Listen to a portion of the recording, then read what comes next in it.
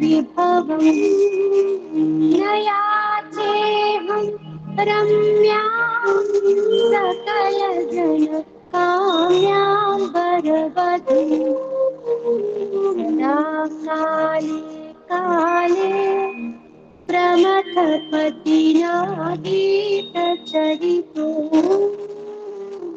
जगन्नाथः स्वामी नयनपथगामी भवतु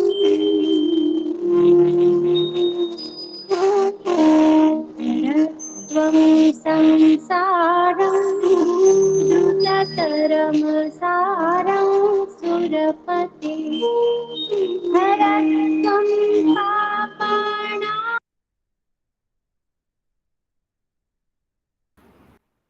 जय जय श्री राधे, दंडवत प्रणाम। केशव जी हमारे वंदनीय परम गुरु जी तो विराजमान हो गए हैं। आप अपना उपक्रम शुरू करें कृपया। जी हाँ जी, प्रणाम गुरु जी।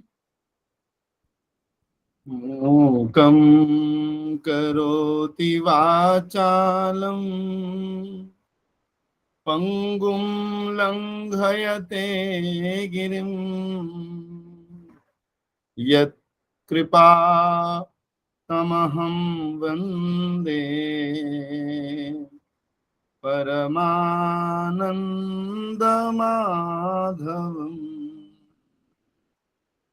गुरुः ब्रह्मा गुरुर्विष्णुः गुरुर्देवो महेश्वरः गुरुः साक्षात् परं ब्रह्म तस्मै श्री गुरवे नमः। तस्मै श्री गुरवे नमः। आज परम पावन गुरु पूर्णिमा की इस बेला पर साक्षात गुरु चरणों में वीडियो ऑन करके और अपने शब्दों के माध्यम से अपनी श्रद्धा व्यक्त करने का अवसर देने के लिए मैं आभारी हूँ आदरणीय सर का, और गुरु चरणों में सविनय सभक्ति साष्टांग प्रणति पूर्वक प्रणाम निवेदन करता हूँ। हमारे सभी भागवत मकरंद मिलिंद समूह के सभी वैष्णव जनों के चरणों में, सभी भगवत प्रेमियों के चरणों में, गुरुजनों के चरणों में सविनय प्रणाम निवेदन करता हूँ। गुरु जी की कृपा से कल जो हमें प्रसंग सुनने को मिला, यद्यपि बहुत दिनों के बाद गुरु जी की कृपा इस सायंकालीन सत्र में हम पर हुई। सुबह अपनी व्यस्तताओं के कारण हम नहीं जुड़ पा रहे हैं, लेकिन गुरु जी का जब सत्संग सुना तो कई बार ये हुआ कि गुरु जी बिल्कुल भक्तिमय, भक्ति में लीन होकर के बिल्कुल लीन होकर गा करके हर पद्य को, हर पंक्ति को हमें सिखा रहे हैं, पढ़ा रहे हैं। और लग रहा है कि सिखा नहीं रहे हैं, गुरु जी स्वयं भक्तिमय हो गए हैं। और कई बार बीच में सुनते सुनते मेरे साथ तो यही हुआ कि मैं गुरु जी के उस भक्तिमय मुद्रा में खो गया और प्रसंग से मैं इधर उधर भी हुआ। फिर भी कुछ चेष्टा करता हूँ, गुरु जी ने जैसा कल हमें सिखाया, समझाया कि व्यास देव जी ने जो संशोधित करके श्रीमद् भागवत को बनाया, जिसमें भक्ति को प्रधान रूप से रखा गया, उस श्रीमद् भागवत को उन्होंने अपने प्रिय पुत्र शुकदेव जी को, उनको अध्यापन करवाया, उन्हें सिखाया।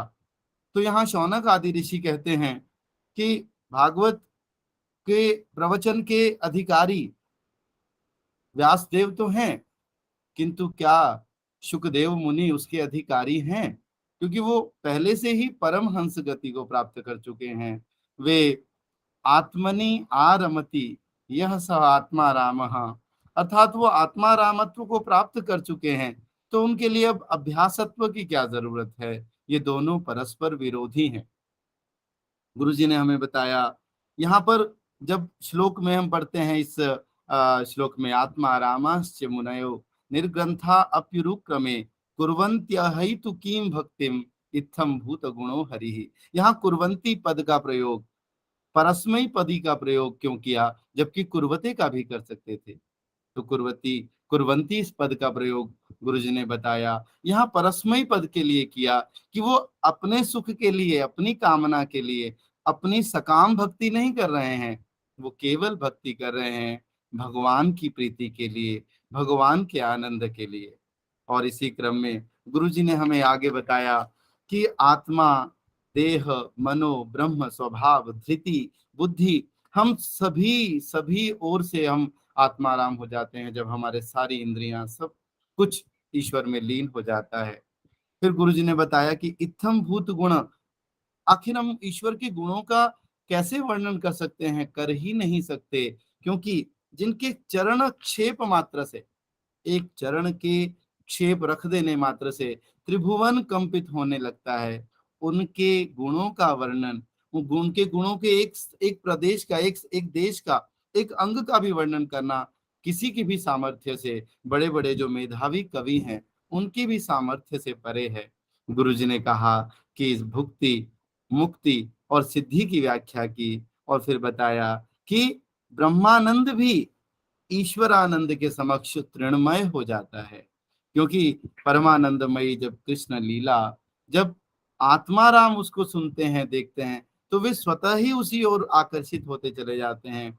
तभी तो गोपियां भी कहती हैं कि हम बिना मोल के ही तुम्हारी होती चली जाती हैं। ये निर्लज्ज हृदय अपने आप आपका भक्तिमय स्वरूप देखकर उसी में प्रविष्ट हो जाता है। और गुरुजी ने हमें बताया कि भगवती महालक्ष्मी भी आपके चरण कमलों की अभिलाषा से तपोरत हो गई थी, तपस्या में लीन हो गई थी। गुरुजी ने बताया हरि ही पद का जो प्रयोग हुआ है उसमें हरति इति हरि, बड़ा सुंदर गुरुजी ने हमें समझाया, कैसे भी स्मरण करने पर भाव कुभाव अनख आलसहु, नाम जपत मंगल दिशि दसहु। और एक बार हमें गुरुजी ने, जयकांत प्रभु जी ने भी हमें बताया था कि तुलसी झूठे भगत की पत राखत भगवान, जैसे मूर्ख पुरोहित ही दान देत यजमान। अगर हम झूठे मन से भी भक्ति करते हैं तो भी ईश्वर हमें उसका फल देते हैं, तो इसलिए उसका स्वतः फल हमें मिलता है, और वो हरि ही, हरति इति हरि, जो हमारे हर प्रकार के अमंगल को, कष्ट को, ताप संताप को दूर करते हैं, वो हरि हैं। और साथ ही साथ गुरुजी ने बताया जो हमें दिव्य प्रेम प्रदान करके हमारे मन का, हमारे चित्त का हरण कर लेते हैं, वे हरि हैं। ऐसे हरि का भजन कर लेने से, ऐसे हरि का सत्संग करने से हमारे चतुर्विध पाप पातक नष्ट हो जाते हैं। फिर गुरुजी ने आत्माराम के 6 भेद बताए, ब्रह्म उपासक और मोक्षाकांक्षी, पहले ये 2 भेद, और उसमें ब्रह्म उपासक में गुरुजी ने बताया साधक, ब्रह्ममय और प्राप्त ब्रह्मलय, ये 3 प्रकार के ब्रह्म उपासक होते हैं। और 3 प्रकार के मोक्ष आकांक्षी आत्माराम होते हैं, जिनको मुमुक्षु, जीवन मुक्त और प्राप्त ब्रह्म स्वरूप, प्राप्त स्वरूप कहा, जो न शोचती न कांक्षती की स्थिति में पहुंच जाते हैं।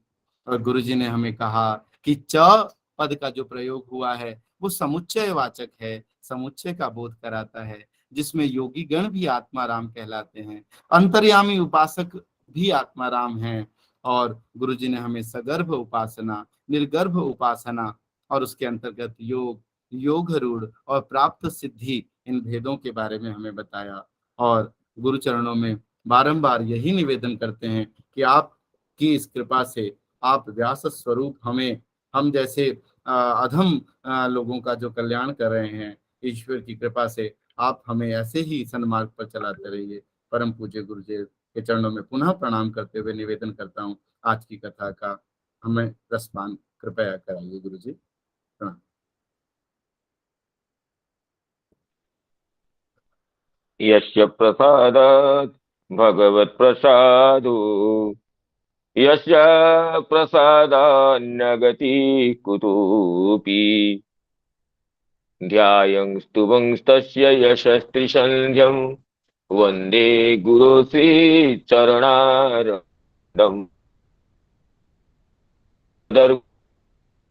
सौन्दर्यनेत्रद्वयम् मुक्ताहार विलम्बिगे मुकुटं रत्नोज्ज्वलत्कुण्डलम् वर्षामेघसमाननीलवपुषं ग्रैवीयहारान्वितम् पार्श्वे चक्रधरं प्रसन्नवदनं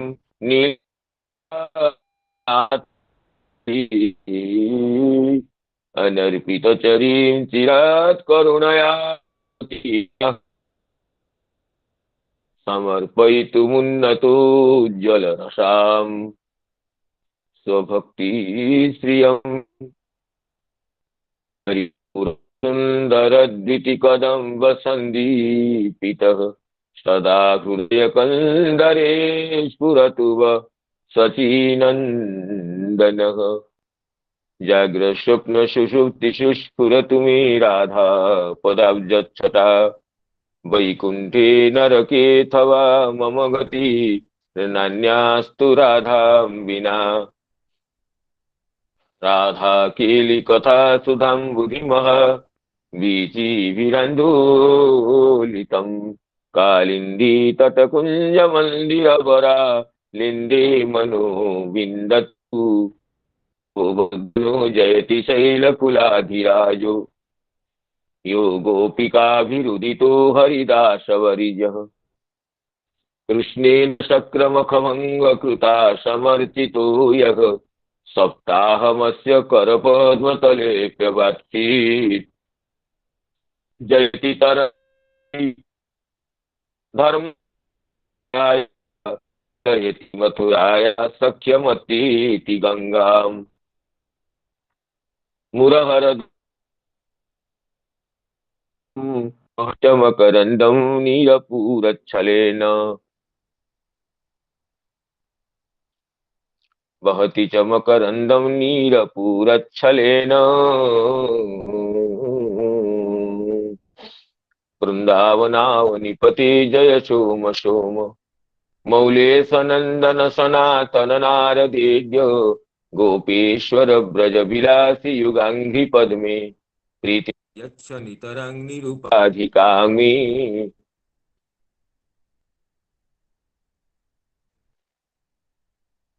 सुसुख निभृत चेता तद्विदस्तान्य भावो व्यजितरुचिराकृष्टचारस्तदीयम् व्यतनुत कृपया यस्तत्त्वदीपं पुराणं तमखिल वृजिनग्नं व्याससूनुं नतोऽस्मि नारायणं नमस्कृत्य नरं चैव नरोत्तमं देवीं सरस्वतीं व्यासं ततो जयमुदीरये मूकं करोति वाचालं पङ्गुं लङ्घयते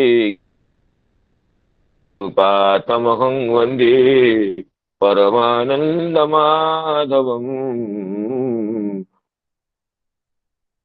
वाञ्छाकल्पत कृपा सिन्धुभ्येव च पतितानां पावनेभ्यो वैष्णवेभ्यो नमो नमः पतितानां पावनेभ्यो वैष्णवेभ्यो नमो नमः।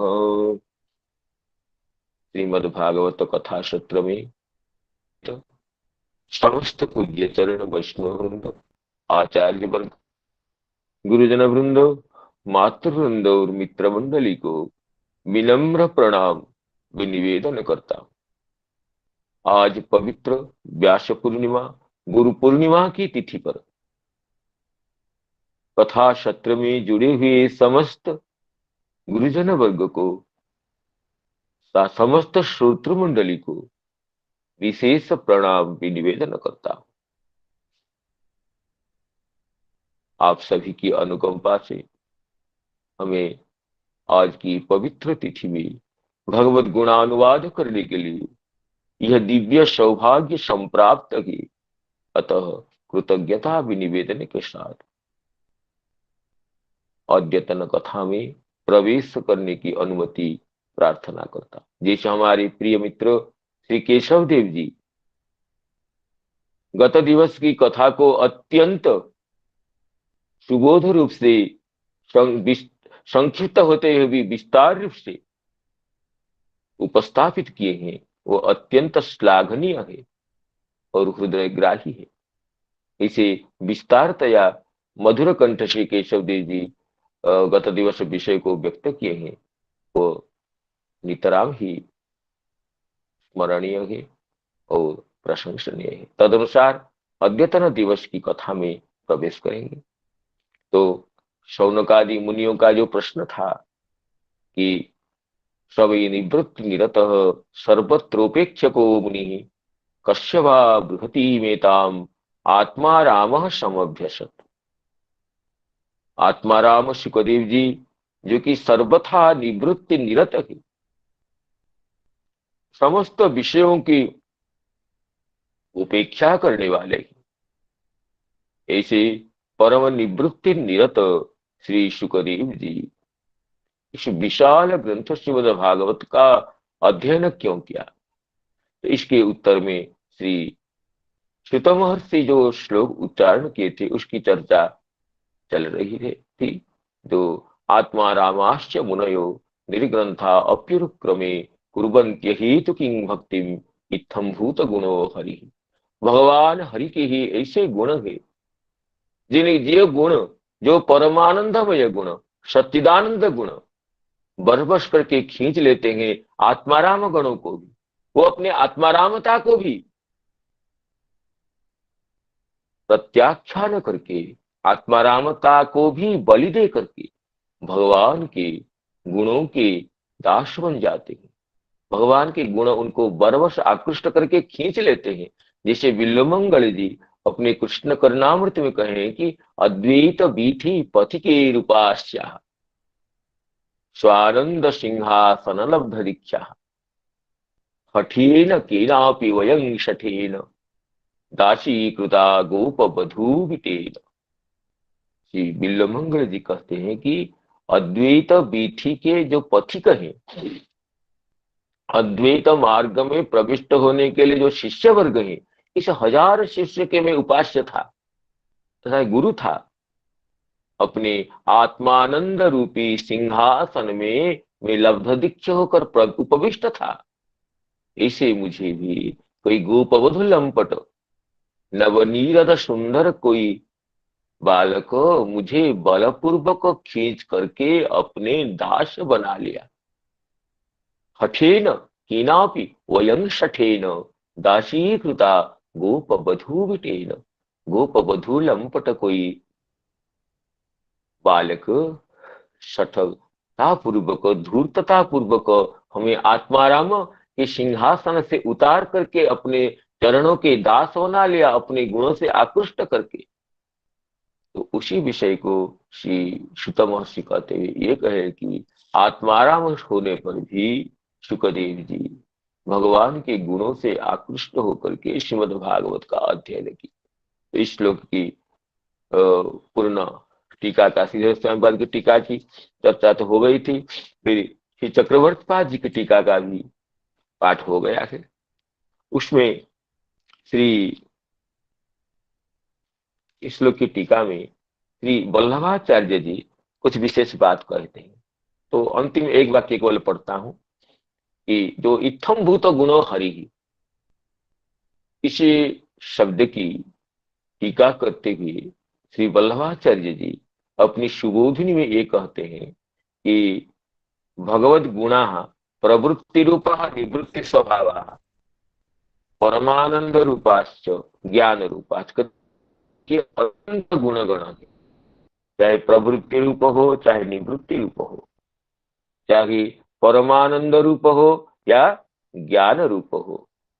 तस्माद यः कश्चित् जत्र कुत्रचित् आसक्तः भगवद गुणेषु रमते एव। तो कोई भी भगवान के किसी भी गुण में, ये नहीं कि भगवान के समस्त गुणों में कोई रमण करेगा, एक एक गुण भी अगर भक्त को किसी आत्माराम तक को खींच लेते हैं, वही एक गुण में रमण करके व्यक्ति क्या होता है ना, उसके वशीभूत हो जाता है। भगवान के एक गुण भी किसी को अपने अधीनस्थ कर देते हैं, स्वाधीनी कुर्वन्ति। ये कहते हैं तस्मात् भगवतः भगवद गुणा प्रवृत्ति रूपा निवृत्ति रूपा स्वभाव परमानंद रूपाश्च ज्ञान रूपाश्च तस्मात् यः कश्चित् यत्र कुत्रचित् आसक्तो भगवद गुणेषु रमते एव सर्व प्रतिकृति रूपत्वाद गुणानां ज्ञान वशीकरण स्वभावाच्च। भगवान के गुण स्वभावतः सर्व प्रतिकृति रूपत्वाद, जितने भी गुण है लोक में सबके तो मूल बिंब रूप गुण भगवान के हैं। लोक में तो उसका प्रतिबिंब ही मिलता है, उसमें छाया ही मिलती है। मूल प्रकृति तो भगवान के गुण है। और ज्ञान ज्ञानी के ज्ञान को भी ये गुण वशीभूत करते हैं। आत्माराम के आत्मारामता को भी ये गुण अपने अधीनस्थ कर लेते हैं। इसलिए सुखदेव जी जैसे परम आत्माराम भी अपनी आत्मारामता से निवृत्त होकर के को छोड़ करके भगवान की प्रीति से पागल होकर के भगवान की लीला से आकृष्ट होकर के इस भागवत ग्रंथ का अध्ययन किए थे अपनी पीठी से।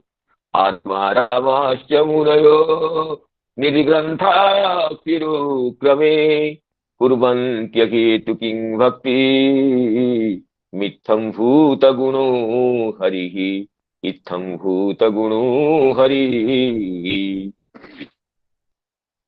तो इस तरह श्लोक की आलोचना के बाद उसके परवर्ती श्लोक जो इसी विषय के है, इस विषय को पुष्ट करते हैं। गुणाखितमति भगवान वादरायणी, हरे गुणाखितमतिर भगवान वादरायणी अध्यगान महदाख्यानम नित्यं विष्णु जन प्रिय अध्यगान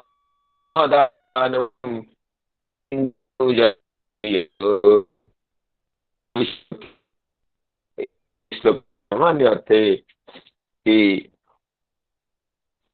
हरे गुणाखितमतिर भगवान बादरायणी।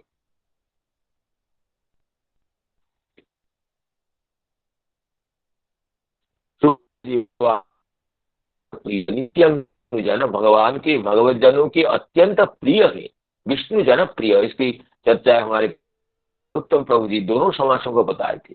विष्णु जनानां यह प्रिय स विष्णु जन प्रिय, षष्ठी समास है। विष्णु जना प्रिया यश्च सह विष्णु जन प्रिय, ये बहुब्रीहि समास भी है।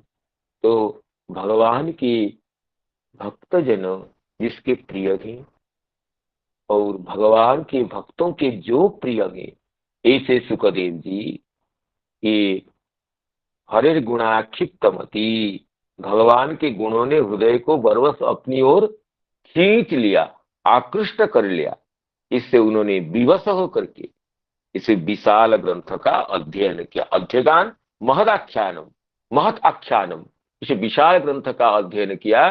कैसे ना, हरे गुणाक्षिप्तमति, हरे गुणे ही आक्षिप्ता मति यश्च सः।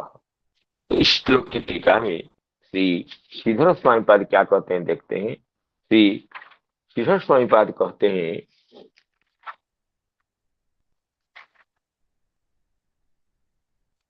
ननु भक्तिं कुर्वन्तु नाम एतत् शास्त्राभ्यासे सुखस्य किं कारणम् इत्याह हरेरिति अध्यगात् अधीतवान् विष्णु जनाः प्रियाः जस्य व्याख्यानादि प्रसंगेन तत्संगति काम इति भावः।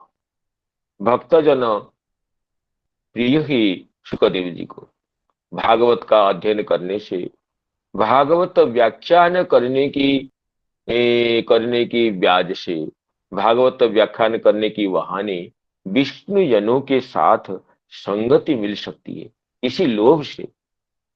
इसलिए तस्य पुत्रो महायोगी इत्यादिना शुकस्य व्याख्याने प्रवृत्ति कथमिति यत् पृष्ठम तस्य उत्तरम उक्तम। कहते हैं चाहे भागवत का अध्ययन कर ले ठीक है, व्याख्यान क्यों क्या ना, व्याख्यान इसलिए कि विष्णु जन प्रिय। श्रीमद् भागवत के व्याख्यान के प्रसंग में, व्याख्यान के मार्ग में विष्णु जनों के साथ, वैष्णवों के साथ प्रीति हो सकती है, इसी इच्छा से ही उन्होंने भागवत का अध्ययन किया था। इसलिए भागवत के अध्ययन के साथ प्रवचन करने की जो जिज्ञासा थी, क्यों व्याख्यान किया, तो शुकस्य व्याख्याने प्रवृत्ति कथमिति तत्पृष्टम तस्य उत्तरम उक्तम। तो यही स्वामीपाद वही इतना ही कहते हैं। आगे श्री चक्रवर्ती पाद के जो व्याख्यान है उसको पाठ करेंगे। चक्रवर्ती पाद कहते हैं, नारद कृपया व्यासस्तेव व्यास कृपया शुकस्यापि तद्गुण माधुर्यानुभवो विशेषत एव अभूत। कहते हैं जैसे देवर्षि नारद जी की कृपा से महर्षि वेदव्यास को भगवान की गुणमाधुर्य का अनुभव हुआ, भक्ति देवी की परम काष्ठा का, परम वैशिष्ट्य का, परम श्रेष्ठता का अनुभव हुआ नारद जी कृपा से व्यास देव जी को। इसी तरह वेदव्यास जी की कृपा से सुखदेव जी को भगवत गुणमाधुर्य अनुभव होता है, क्योंकि भगवान के गुणमाधुर्य का अनुभव करने के लिए भक्त की कृपा मूलभूत हेतु होती है। अतः सुखदेव चाहे आत्माराम हो, लेकिन उनके भगवत गुणमाधुर्य का अनुभव करने के लिए उन्हें किसी विशेष भक्त की कृपा का, अनुकंपा का, ये आवश्यक होने से, अनुकंपा की आवश्यकता होने से उन्हें देवर्षि नारद जी की कृपा, जैसे व्यासदेव जी के भगवत आस्वादन में, भगवत गुणानुवाद में हेतु है, इसी तरह वेदव्यास जी की कृपा से सुखदेव जी का तद गुण माधुर्यानुभवो विशेषतैव अभूत। हरेर गुणेन आक्षिप्ता आक्षेप विषय कृता मति ब्रह्मानुभवो जेन।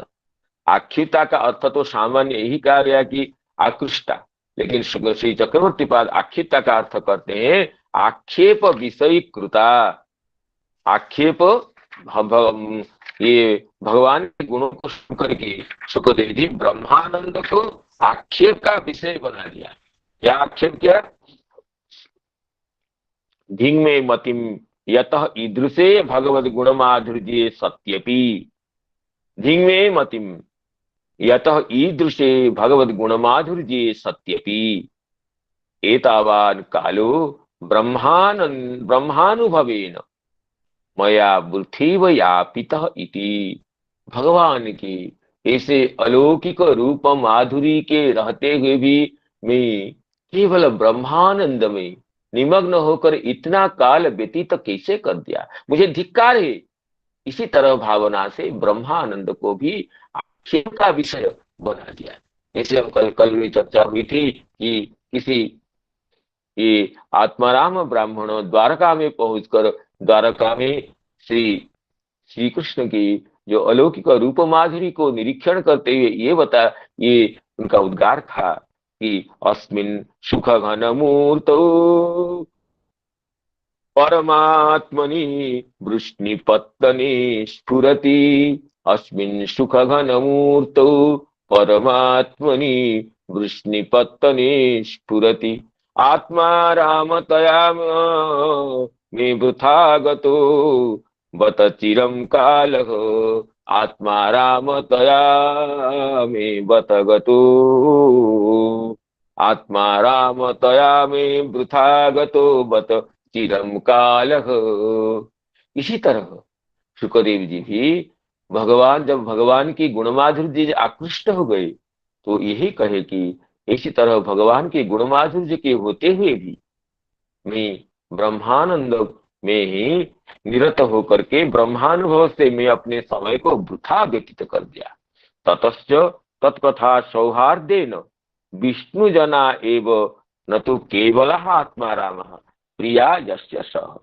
इसलिए विष्णु जना प्रिया यस्य सह।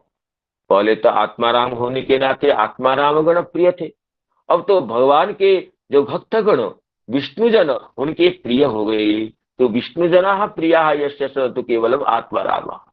इस तरह विष्णु जना प्रिय अथवा श्री षष्ठी समाज में स्वीकार करते हैं विष्णु जनानां प्रिय जह।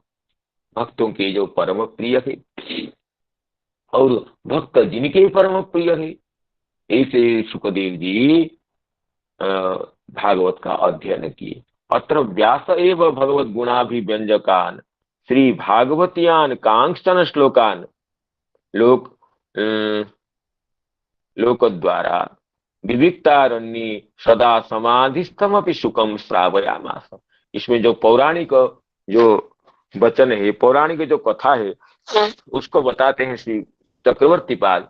कहते हैं जो व्यासदेव जी ही अपने शिष्यों के माध्यम से श्रीमद् भागवत के विशिष्ट श्लोकों को समाधिस्थ सुखदेव जी को भी ये सुनाए। श्रीमद् भागवत की ऐसी शक्ति है वाणी में, उनके पद्यों में, कि समाधि को भग्न करके भी, अंत समाधि को भेदन करके भी भागवत की वाणी श्री सुखदेव जी की अंतरात्मा में प्रविष्ट हो जाती है। तो यही कहते हैं कि व्यास एव भगवत गुणाभिव्यंजकान श्री भागवतियान कांचन श्लोकान लोक द्वारा विविक्तारण्ये सदा समाधिस्थमपि सुखम श्रावयामास। निरंतर समाधिस्थ होने वाले सुखदेव जी को ये भागवत के श्लोकों को ही ये सुनाए, जो कि सदा समाधिस्थ रहते थे। तो इसमें प्रसिद्ध ये था, अहो बकीयम स्तनकालकूटं अहो बकीजम स्तनकालकूटं जिघांसया पायेदप्य सद्विलेवे गतिं धातृजितां तदन्यम कंबा दयालुम शरणं ब्रजेम। ये श्लोक को पहले श्री व्यासदेव जी अपने शिष्यों के माध्यम से, ये जहां पर सुखदेव जी समाधिस्थ रहते निरंतर, उस श्लोकों को आवृत्ति करने के लिए कहे थे। अहो बकीजम स्तनकालकूटं जिघांसया पाययदप्य साध्वी लेभे गतिं धातृचितां ततोऽन्यं कं वा दयालुं शरणं व्रजेमो। जी, बकासुर की जो भगिनी ये पूतना अपने स्तन में कालकूट विष को लेपन करती हुई आई थी, ये जिघांसया, मारने की इच्छा से। लेकिन ऐसी पूतना को भी भगवान ने धात्री गति दे दी, क्योंकि ये माता का वेश लेकर आई थी। केवल वेश मात्र के सादृश्य से भगवान उसके हृदय के भाव को भी एक बार देखा नहीं, विचार नहीं किया। ऐसे परम करुणा में श्री कृष्ण को छोड़कर हम और किसके शरणापन्न हो सकते?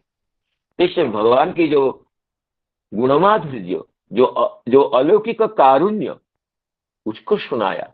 तो सुखदेव जी के समाधि में भी, समाधि अवस्था में भी भगवान के जो ये गुणमाधुर्य, परम कारुण्य, ये समाधि अवस्था में भी सुखदेव की चित्तवृत्ति को ये हर ली, चित्तवृत्ति अपहृत हो गई।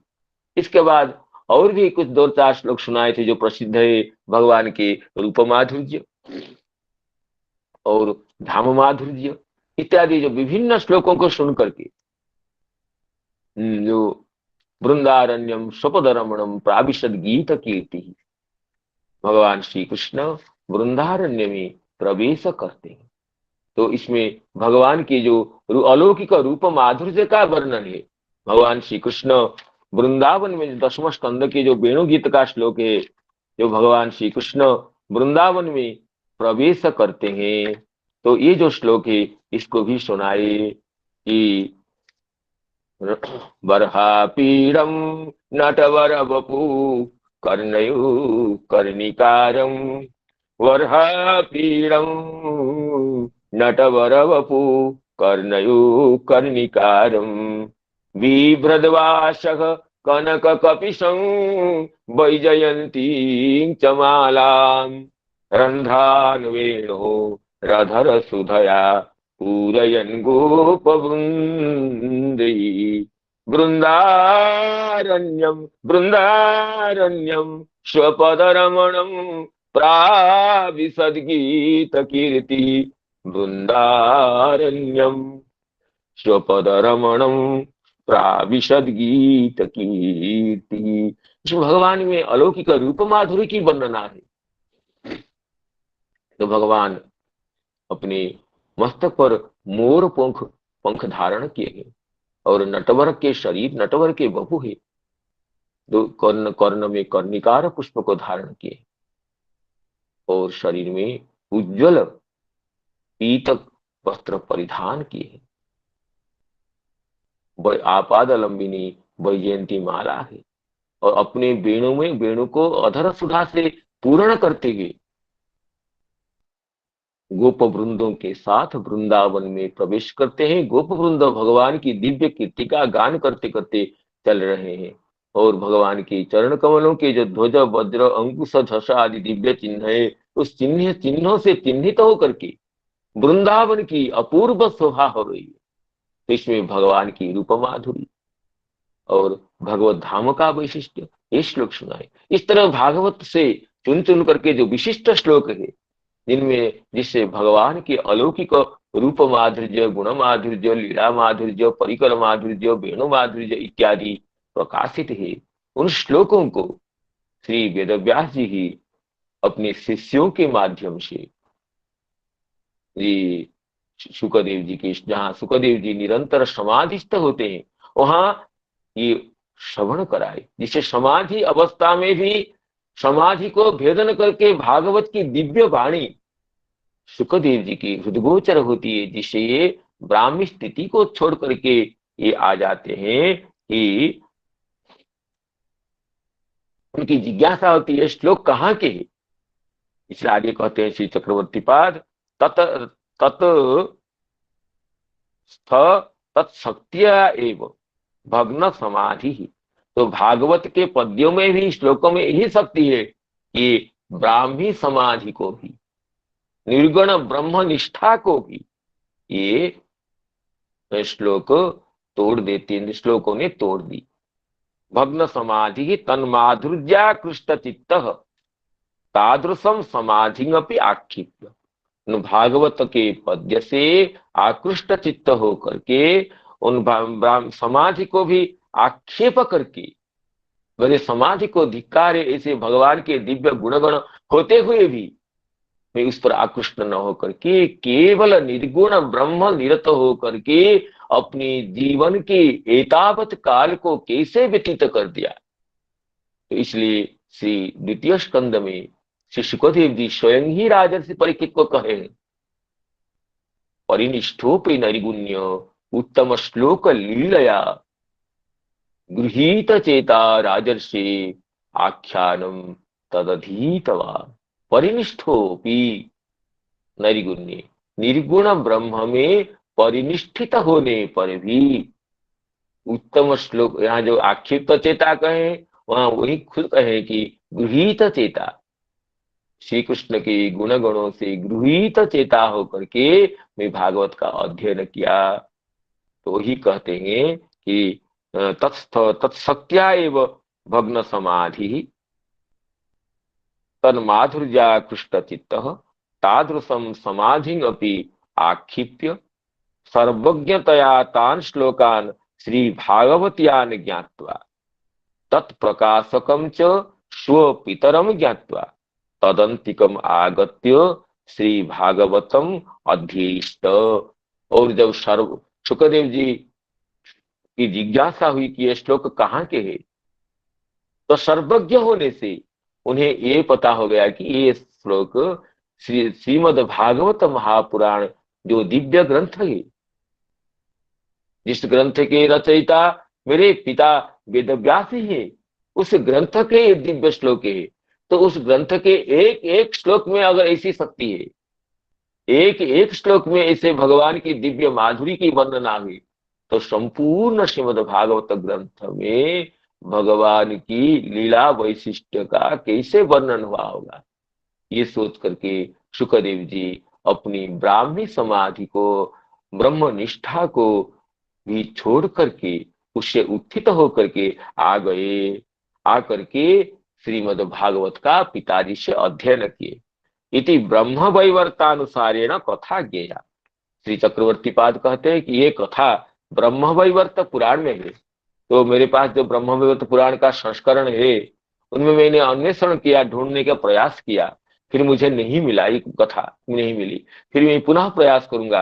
अगर प्रयास उनसे मिल जाए तो मूल श्लोकों का भी हम श्रवण कर सकते हैं। कथा कैसे है, सुखदेव जी के आविर्भाव की कथा और ये भागवत पुराण का अध्ययन करने की कथा, श्री जीव गोस्वामी पाद और चक्रवर्ती पाद दोनों ही कह लिखे हैं कि ये ब्रह्म वैवर्त पुराण की कथा है। तो मैं प्रयास करूंगा और आप सभी की अनुकंपा से ब्रह्म वैवर्त पुराण से ये मूल श्लोक मिल जाए तो हम उसकी चर्चा कर सकते हैं। तो ये कहते हैं कि ज्ञात्वा तदंतिकं आगत्य श्री भागवतम अध्येष्ट इति ब्रह्म वैवर्त पुराणानुसारेण कथा ज्ञेया तदेवं व्यास सुको पिता पुत्रो ब्रह्मानुभवी चूड़ामणि अपि विजित्य भक्ति एक छत्रामिव सर्व जगतिम चक्रे। अब अंत में ये सिद्धांत करते हैं इसी अध्याय के उपसंहार का, जो विषय चल रहा था, जो शौनकादि मुनिगण प्रश्न किए थे कि सुखदेव जी ब्रह्म समाधि निष्ठ होने पर भी क्यों भागवत का अध्ययन किए, और वेदव्यास जी इतने पुराण के प्रणयन करता होने पर भी पुनः उन्हें ये श्रीमद वेद का व्यास किए हैं, ब्रह्मसूत्र का प्रणयन किए हैं, श्रीमद महाभारत का प्रणयन किए, फिर और समस्त पुराण का प्रणयन किए, फिर भी उन्हें किसकी प्रेरणा से भागवत प्रणयन करने की ये प्रवृत्ति आई। ये जो प्रश्न था कि वेदव्यास जी की भागवत रचना करना और श्रीमद भागवत का सुखदेव जी को अध्यापन कराना, इन दोनों से ही ये सिद्ध होता है कि दोनों ब्रह्मानुभवी चूड़ामणि, ब्रह्मानुभव करने में श्री व्यासदेव जी से बढ़कर और कौन हो सकता है। नमस्तुते व्यास विशाल बुद्धि फुल्ला रविंदाय तपत्र नेत्र जेन त्वया भारत तैलपूर्ण प्रज्वालितो ज्ञानमय प्रदीप। जो अखिल जगत को ज्ञानालोक से उद्भाषित करने के लिए महाभारत जैसे दिव्य ग्रंथ का प्रणयन किए और जो ब्रह्मसूत्र जैसे अनमोल ग्रंथ का, दर्शन का मूल स्तंभ का प्रणयन किए, जिसमें अथा तो ब्रह्म जिज्ञासा कहते हुए ब्रह्म लक्षण का भली भांति विचार किया गया, जिसके लिए ब्रह्मसूत्र पदेश चैव हेतुमत भी विनिश्चित ही कह करके भगवत गीता में भी भगवान खुद कहते हैं कि ब्रह्मसूत्र के युक्ति संगत पदों के द्वारा जिस ब्रह्म की चर्चा हुई है, तो ऐसे महर्षि वेदव्यास जी ब्रह्मानुभवी के चूड़ामणि है और उनके पुत्र तो ये जन्मश्री ही, जो कि मातृ गर्भ से प्रकट होते ही ये संन्यास लेने के लिए निकल पड़े हैं और जिन्हें स्त्री पुरुष के भेद ज्ञान के भी पता नहीं था, भेद ज्ञान भी जिसके हृदय में नहीं था, ऐसे ब्रह्मानुभवी चूड़ामणि है श्री सुखदेव जी। तो पिता पुत्र दोनों ब्रह्मानुभवियों के, ब्रह्म ज्ञानियों के, ब्रह्म वेत्ताओं के चूड़ामणि ही, सर्वश्रेष्ठ ब्रह्म ज्ञानी दोनों ही, लेकिन दोनों अंत में अपनी समस्त साधना को, अपनी समस्त सिद्धि को, अपने समस्त साध्य को छोड़ करके श्रीमद् भागवत का अध्ययन और अध्यापन करते हैं। इसमें भगवत भक्ति का ही प्राधान्य है। जिस श्रीमद् भागवत में पदे पदे भक्ति महारानी नृत्य करती है, केवला भक्ति का जहां सर्वतोभावे न वैशिष्ट्य है, भागवत का ही प्रमुखतया उपासना करते हैं भागवत की। तो इससे ये सिद्धांत होता है कि पिता पुत्रो ब्रह्मानुभव भय चूड़ामणि विजित्य भक्ति एक छत्रामिव सर्व जगतिम चक्रे। संपूर्ण जगत को भक्ति महारानी अपने अधिकार में, एक छत्राधिपत्य में स्थापित कर दी। जैसे कोई चक्रवर्ती सम्राट संपूर्ण राजाओं को अपने अधीनस्थ करते हुए ये शासन करते हैं, ऐसे भक्ति महारानी संपूर्ण साधनों के ऊपर अधिष्ठित होती हुई संपूर्ण जगत में अपनी एक छत्र सिंहासन का, एक छत्र आधिपत्य का ये प्रकाशित करते हैं। तो इसलिए क्यों न हो भगवान जिस भक्ति से आकृष्ट होकर के अपने वैकुंठ धाम को छोड़ करके, गोलोक धाम को छोड़ करके भक्त हृदय में आकर विराजित हो जाते हैं, उस भक्ति का जो वैशिष्ट्य, जो अनुपम महात्म्य, उसको कौन वर्णना कर सकता है। तो ये कहते हैं कि ब्रह्मानुभव चूड़ामणि पिता पुत्रो विजित्य भक्ति ही सर्व एक सर्व जगतिम चक्रे, संपूर्ण जगत में भक्ति का ही एक छत्राधिपत्य है, ऐसे भक्ति महाविकास करती है। तदपि जेताम तथा न मन्यन्ते, फिर भी भक्ति के महात्मा को जो स्वीकार नहीं करते, जो जिनका संन्यास में अधिकार नहीं है वो भक्ति करेंगे, के प्रवृत्ति में अधिकार नहीं है वे भक्ति साधना में प्रवृत्त होंगे, जो निर्गुण ब्रह्म के विचार करने के सामर्थ्य नहीं रखते हैं वो सगुण ब्रह्म की भक्ति करेंगे। ऐसे जो विचार है वो तो ये कुपथगामिन चौरा इव जमेनैव दंड्या। चक्रवर्ती पाद अपने हृदय के उद्गार को प्रकाश करते कहते हैं, जैसे कुपथगामी चौर को कोई राजा दंड देते, जो भक्ति महारानी के इस स्वभाव को स्वीकार करने के लिए उनको लगता है कि भक्तों के द्वारा ये महात्म्य तो विशेष तरह से बता दिया गया है, लेकिन ये तो महात्म्य तो स्वतः सिद्ध है। इस महात्म्य से भगवान भी हृदय में प्रविष्ट हो जाते हैं। अहं भक्त पराधीन, भगवान खुद कहते हैं मैं संपूर्ण जगत के ईश्वर होने पर भी भक्त के पराधीन होता हूँ। स्वतंत्र इव द्विज साधुभिर्ग्रस्त हृदय भक्तिर्भक्तजन प्रिय वशी कुर्वन्ति मां भक्त्या। साधुगण जैसे पतिव्रता नारी अपने पति को वशीभूत कर देती है, इसी तरह भक्त अपनी भक्ति से मुझे वशीभूत कर देते हैं। वशी कुर्वन्ति मां भक्ता सत्प्रियः सत्पतिं यथा साधवो हृदयं मह्यं साधूनां हृदयं त्वहं मदन्यते न जानन्ति नाहं तेभ्यो मनागपि। जो अम्बरीश जी के प्रसंग में ये जो श्लोक भगवान दुर्वासा जी को, जिसकी चर्चा हमारे प्रिय आचार्य नरोत्तम प्रभु जी बार बार की है प्रभु जी ने, तो इस श्लोक में सब भक्ति का जो अलौकिक महात्म्य ही भगवान में जिसके अधीनस्थ हो जाते हैं, इसके श्रीमद् भागवत पुराण के प्रारंभ में ही ये श्रुत शौनक संवाद में देवर्षि नारद जी के, देवर्षि नारद और व्यास के संवाद में ये भक्ति महारानी का अलौकिक महत्व परिप्रकाशित हो गया है। फिर भी भक्ति महारानी का, भक्ति का इस अलौकिक महत्व को जो ऐसे स्वीकार नहीं करते, अपनी बुद्धि से, अपनी चिंतन से कुछ न कुछ प्रकाशित कर देते हैं।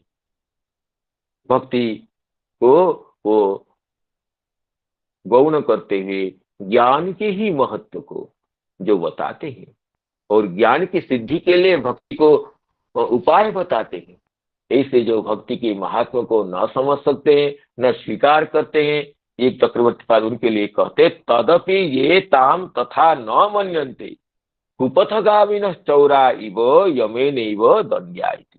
इसे कुमार्गगामी चोर को राजा दंड देते हैं, इसी तरह भक्ति की अलौकिक महिमा को तो अंतर हृदय से स्वीकार नहीं करते वो तो दंडनीय ही है।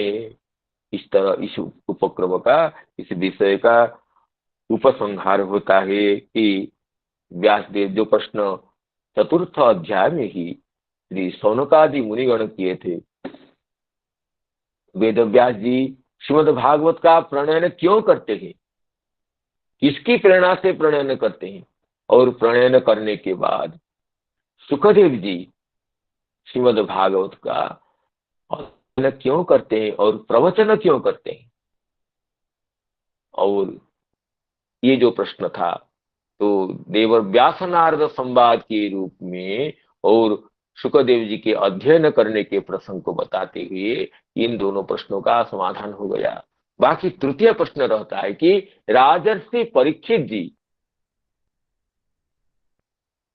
इस ग्रंथ का कैसे ये शुकदेव से सुना, उन्होंने शुकदेव जी को कैसे पहचाना। और आप कहे थे कि श्री राजर्षि परीक्षित जी संपूर्ण राज्य को छोड़ करके प्रायोपवेशन करते हुए और को अनशन करते हुए इस ग्रंथ का अध्ययन किए, तो उन्हें प्रायोपवेशन करके शरीर छोड़ने की ये जो प्रश्न था उसके समाधान करने के लिए अब आगे के प्रसंग का प्रारंभ होता है। महाभारत का जो प्रसंग है उसको आगे अभी प्रकाशित करेंगे। तो इन श्लोकों को एक बार आवृत्ति करके पुनः आगे चलेंगे। हरिर्गुणाक्षिप्तमति भगवान वादरायणी, हरिर्गुणाक्षिप्तमतिर्भगवान वादरायणी, अध्यगान महदाख्यानं नित्यं विष्णुजन प्रियः, नित्यं विष्णुजन प्रियः, नित्यं विष्णुजन प्रियः।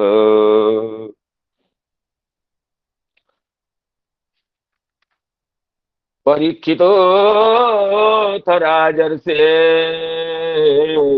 जन्म कर्म विलापनम्, संस्थां च पाण्डुपुत्राणां वक्षि कृष्ण कथोदयम्। परीक्षितोऽथ राजर्षे जन्म कर्म विलापनम्, संस्थां च पाण्डुपुत्राणां वक्षे कृष्ण कथोदयम्, वक्षे कृष्ण कथोदयम्।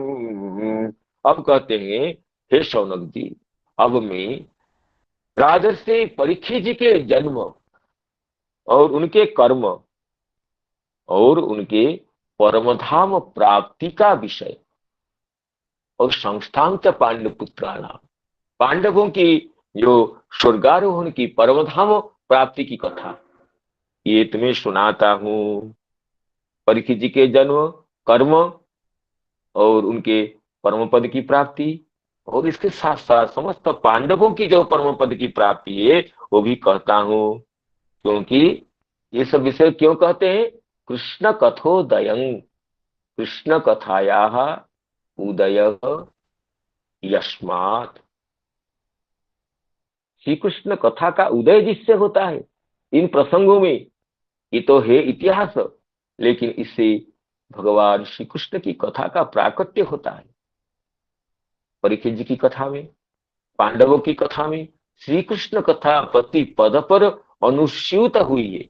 इसलिए मैं कृष्ण कथोदयम, कृष्ण कथा का जिससे उदय होता है ऐसे प्रसंगों को सुनाता हूँ।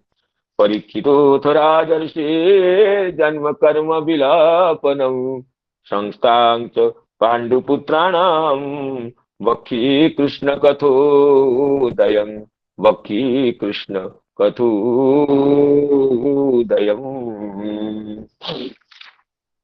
इसमें श्री श्रीधर स्वामीपादी कहते हैं कि जदन्यत् पृष्टम परीक्षितः प्रायोपवेशेन श्रवणम कथमिति।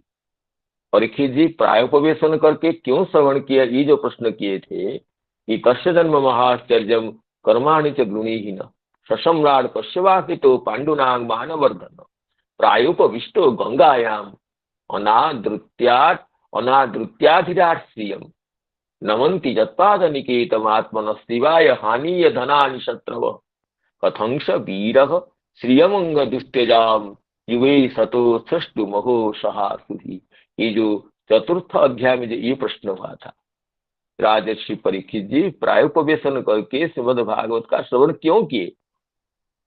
जिनके चरण कमल में लाकर शत्रुघ्न अपने धन राज्य को समर्पण कर देते थे, ऐसे राजा परीक्षित जी का जीवन तो ये दूसरों के मंगल के लिए था, उन्होंने क्यों शरीर छोड़ दिया? ये जो प्रश्न था उनका उत्तर के प्रारंभ करते हैं। अर्थात श्रीमद् भागवत के रचयिता वक्ता उन दोनों के बारे में कहने के बाद अभी भागवत के जो प्रमुख श्रोता है, जिनको माध्यम करके श्रीमद् भागवत जी का भूतल में अवतरण हुआ है, उनके कथा को अभी आरंभ करेंगे।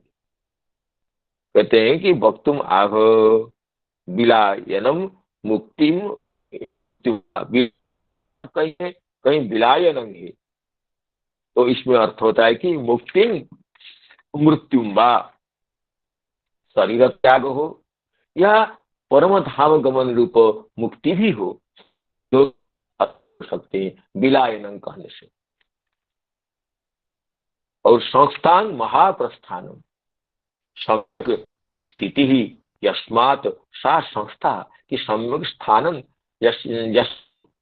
संस्था, तो ये संस्था शब्द ये महाप्रस्थान को बताता है। जो महाप्रस्थान है, पर्वत के लिए प्रस्थान है, उसी का वाचक संस्था शब्द है।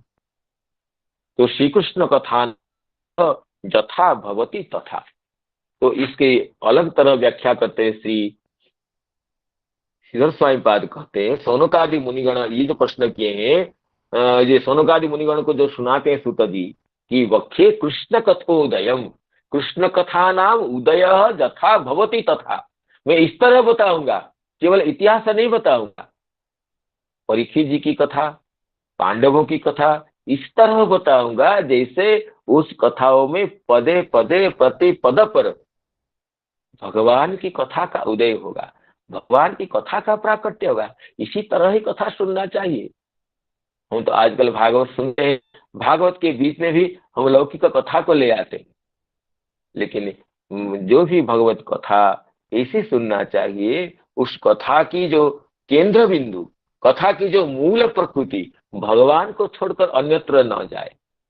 तो इसलिए श्री श्रुत जी कहते हैं कि कृष्ण कथोदयं, कृष्ण कथायाः उदय यथा भवति तथा, जिस तरह करने से श्री कृष्ण कथा का ही प्राकट्य होगा, उसी तरह कृष्ण कथा को मुख्य करते हुए, मुख्य आधार बनाते हुए मैं राजर्षि परीक्षित जी के और पांडवों के जो परम धाम गमन करने की कथा है वह मैं उपस्थापित करता हूँ, बताता हूँ। परीक्षितोऽथ राजर्षे जन्म कर्म विलापनम संस्थां च पांडुपुत्राणां वक्ष्ये कृष्ण कथोदयं, वक्ष्ये कृष्ण कथोदयं।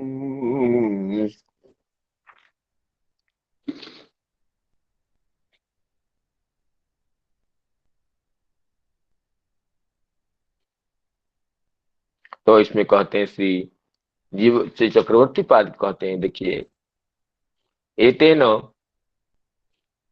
तस्य पुत्रो महायोगी इत्यादिना शुकस्य व्याख्याने प्रवृत्ति ही कथमिति जत्पृष्टम तस्य उत्तरम उक्तम। ये तो हो गया। अभी कहते हैं हाँ, प्रश्न उत्तरम उक्तम जदन्यत पृष्ठम, सुखदेव जी महायोगी होने पर भी भागवत का क्यों अध्ययन किया, उसका उत्तर देने के बाद जदन्यत पृष्ठम परीक्षितः प्रायोपवेशेन श्रवणम कथमिति, राजर्षि परीक्षित जी प्रायोपवेशन करते हुए, नाम मरण पर्यंत अनशन करते हुए जो उपवेशन किए थे, तस्य जन्म महाश्चर्यम इत्यादिना तस्य उत्तरं आह, तस्य जन्म महाश्चर्यम कर्माणि च गृणीहीनः, ये जो प्रश्न किए थे शौनकादि मुनिगण, इस प्रश्न का उत्तर अब देते हैं कि परीक्षित इति विलापनं मृत्युम जद्वा लपेर्न्यंतात ल्युट श्री भागवत कथा वाचनम इत्यर्थ। ये विलापनम जो है लप धातु से लुट, न्यंत से लुट करके भी विलापनम हो सकता है। विशेषण लपनम विलापनम नाम कथनम, लपति नाम कथयति। तो विलापन का एक अर्थ तो मृत्यु हो सकता है और दूसरा अर्थ हो सकता है कि श्रीमद् भागवत कथा का ये वाचन करना। विलापनम श्रीमद् भागवत कथा वाचनम, भागवत कथा के लिए जिज्ञासा करते हैं, भागवत कथा सुनने की इच्छा प्रकाश करते हैं, तो इस तरह विलापन शब्द का मृत्यु रूप अर्थ भी है। और भागवत कथा का प्रवचन कराने के लिए सुखदेव जी को जो प्रेरणा देते हैं, कब जिज्ञासा करते हैं, ये भी अर्थ हो सकता है। संस्थाम महाप्रस्थानम कृष्ण कथा नाम उदयो यत्र तद यथा स्यादिति श्री भागवतस्य तत्रैव तात्पर्य। कहते हैं ये परीक्षित जी का इतिहास, पांडवों का महाप्रस्थान का इतिहास इस तरह वर्णना होनी चाहिए जिसमें श्री कृष्ण कथा का उदय हो। श्री कृष्ण कथा नाम उदय यत्र तद यथा स्यात्। श्री कृष्ण कथा का उदय जिस तरह हो इस तरह वर्णना करना चाहिए। क्यों ना श्री भागवतस्य तत्रैव तात्पर्य। भागवत महापुराण का इसी में तात्पर्य, क्योंकि ब्रह्मा जी भी जो नारद जी को बताए भागवत सुनाए थे, उसी तरह वही बताए थे कि जिस तरह तथा वर्णय, जो श्री कृष्ण कथा में जिस तरह लोगों की प्रवृत्ति हो इस तरह तुम्हें इसकी व्याख्या न करना चाहिए। भागवत जी कथा का तुम्हें इसे सुनाना चाहिए जैसे समस्त जनता जथा हरो भगवती नूणाम भक्तिर भविष्यति सर्वात्मन्यखिलाधारे इति संकल्प्य वर्णय। यथा हरो भक्तिर भविष्य नूणाम भक्तिर भविष्यति। भगवान श्रीहरि में जैसे भक्ति हो इस तरह तुम भागवत का वर्णन तुम्हें करना चाहिए। ब्रह्मा जी देवर्षि नारद जी को भागवत का मूलभूत उपदेश करते हुए ये बताए थे।